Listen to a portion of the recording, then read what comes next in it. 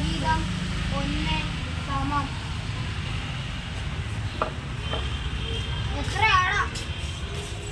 എത്രയാടാ മണ്ടൻ ശിരോമണി? ഉമിനി വലിയൊന്ന്.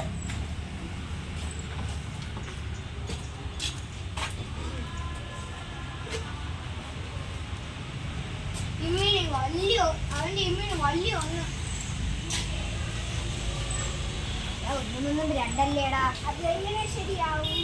ഒരു വലിയ പുലിയും ഒരു പുലിയും കൂടി ചേർന്നാ ഉമ്മണി വലിയ പുലിയാവില്ലേ?